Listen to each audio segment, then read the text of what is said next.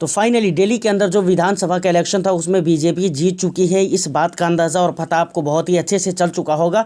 लेकिन अगर मार्केट की बात करें तो मार्केट का रवैया सुधरने में बिल्कुल ही नहीं देखने को मिल रहा है, तो इस पे बात करेंगे।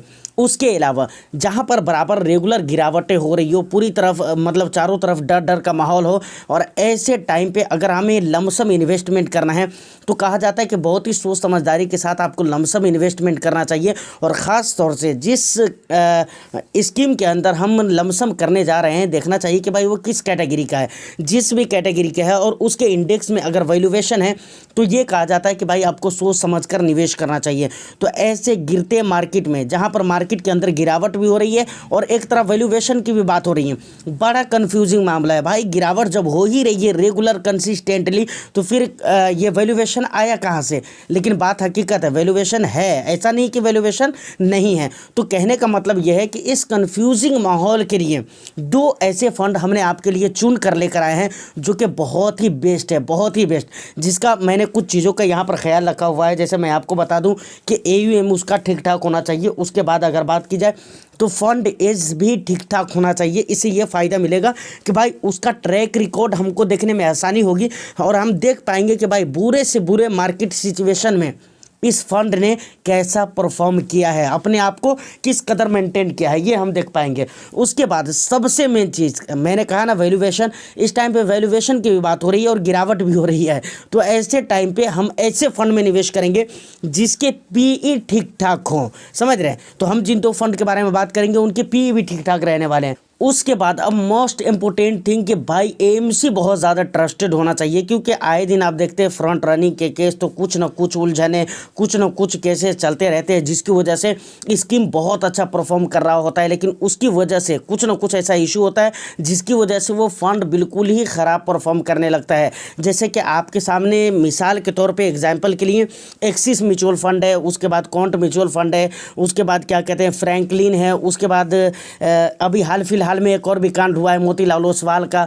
तो आप देख लीजिए, तो ये बहुत ज़रूरी है कि भाई AMC जो होनी चाहिए वो बिल्कुल ही ट्रस्टेड होनी चाहिए। इन तमाम तर मुद्दों पर बात होगी, बस लाइक कर दीजिए, बराबर रिक्वेस्ट करता हूं, और इससे मुझे बहुत ज़्यादा सपोर्ट मिलता है और आपके लिए बिल्कुल ही फ्री है। तो लाइक करके सब्सक्राइब कर दीजिए, चैनल को शेयर कर दीजिए और ज़्यादा से ज़्यादा सपोर्ट करें।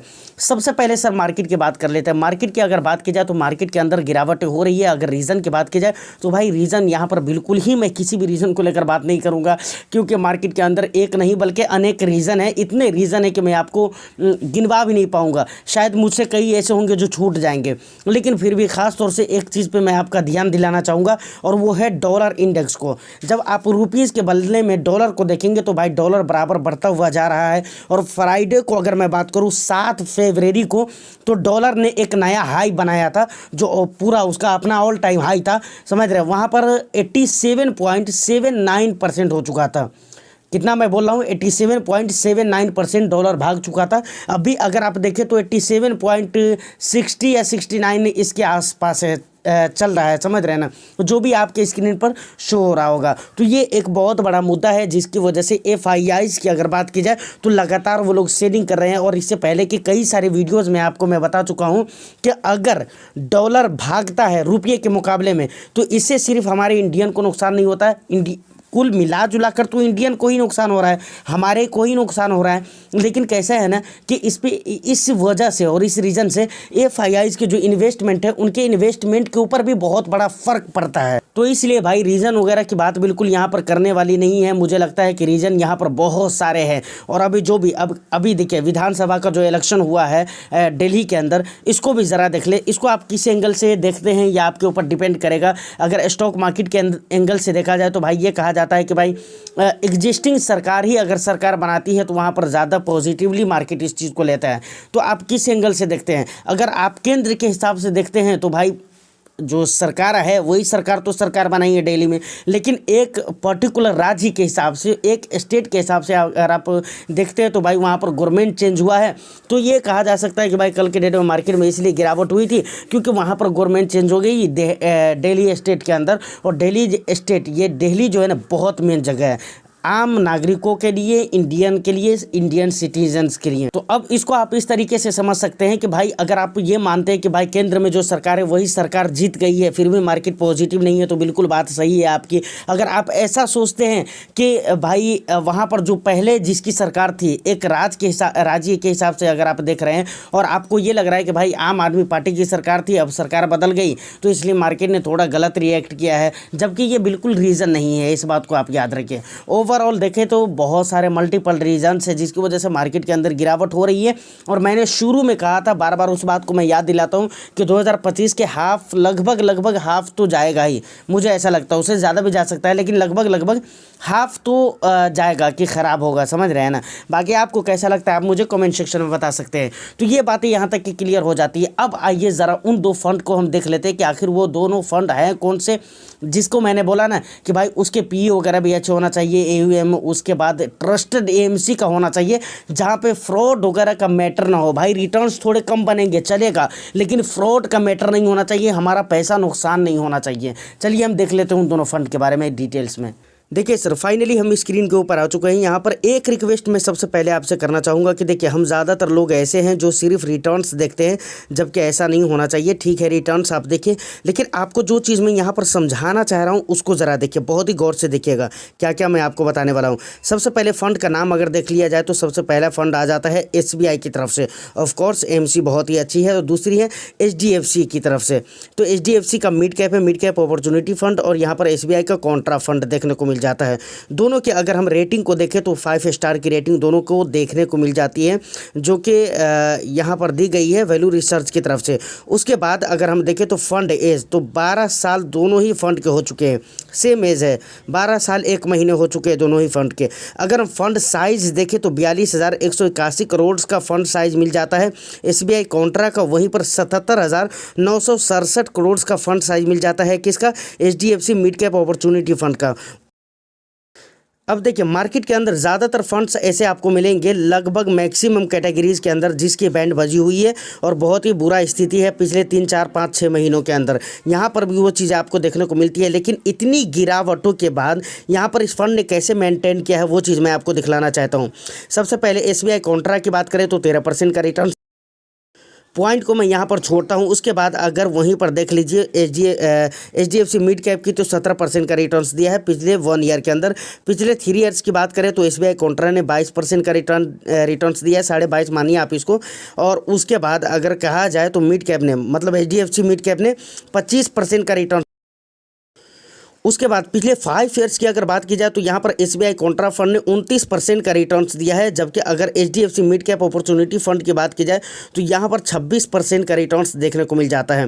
तो ये सारी चीज़ें जो हमने रिटर्न्स को देखा है। अब देखिए सबसे मोस्ट इम्पोर्टेंट थिंग ये है कि भाई हमको रिस्क रेशियोज देखना चाहिए, जो कि ज़्यादातर इन्वेस्टर्स नहीं देखते हैं, जो कि बहुत बड़ी उनकी गलती होती है।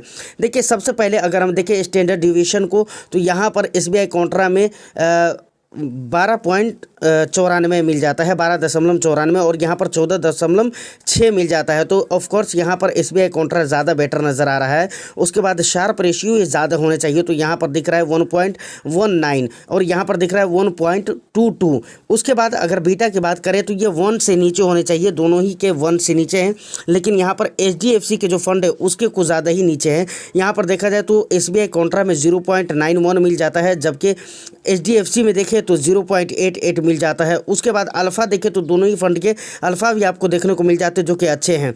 उसके बाद अगर हम सेक्टर वाइज देखें कि किन किन सेक्टर्स के अंदर निवेश कर रहा है तो टॉप 3 सेक्टर्स में देखें दोनों ही फंड के अंदर फिनेंशियल है। उसके बाद यहाँ पर देखें तो टेक्नोलॉजी है दोनों ही फंड के अंदर।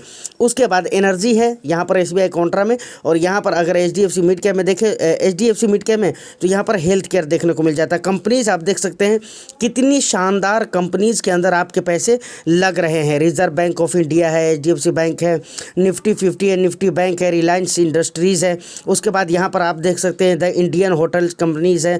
उसके बाद कोफोर्स है, मैक्स फिनेंशियल सर्विसेज है। तो इस तरह की कंपनीज़ के अंदर आपके पैसे यहाँ पर इन्वेस्टमेंट देखिए, अब पीछे मैंने एक बात और भी कही थी कि भाई पी आपको सस्ता होना चाहिए, ऐसा फंड होना चाहिए जहां पर पी सस्ता हो। अभी लार्ज कैप के अलावा खास तौर से अगर मिड कैप और स्मॉल कैप की बात करें तो वहां पर ये कहा जा रहा है कि भाई बहुत ज़्यादा वैल्यूएशन है।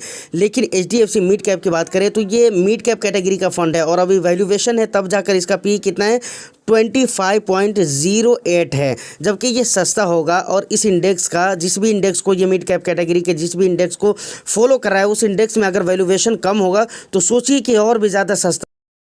वहीं पर एसबीआई कॉन्ट्रा को अगर देखे जाए तो 19.83 है, जो कि बहुत ही ठीक ठाक है।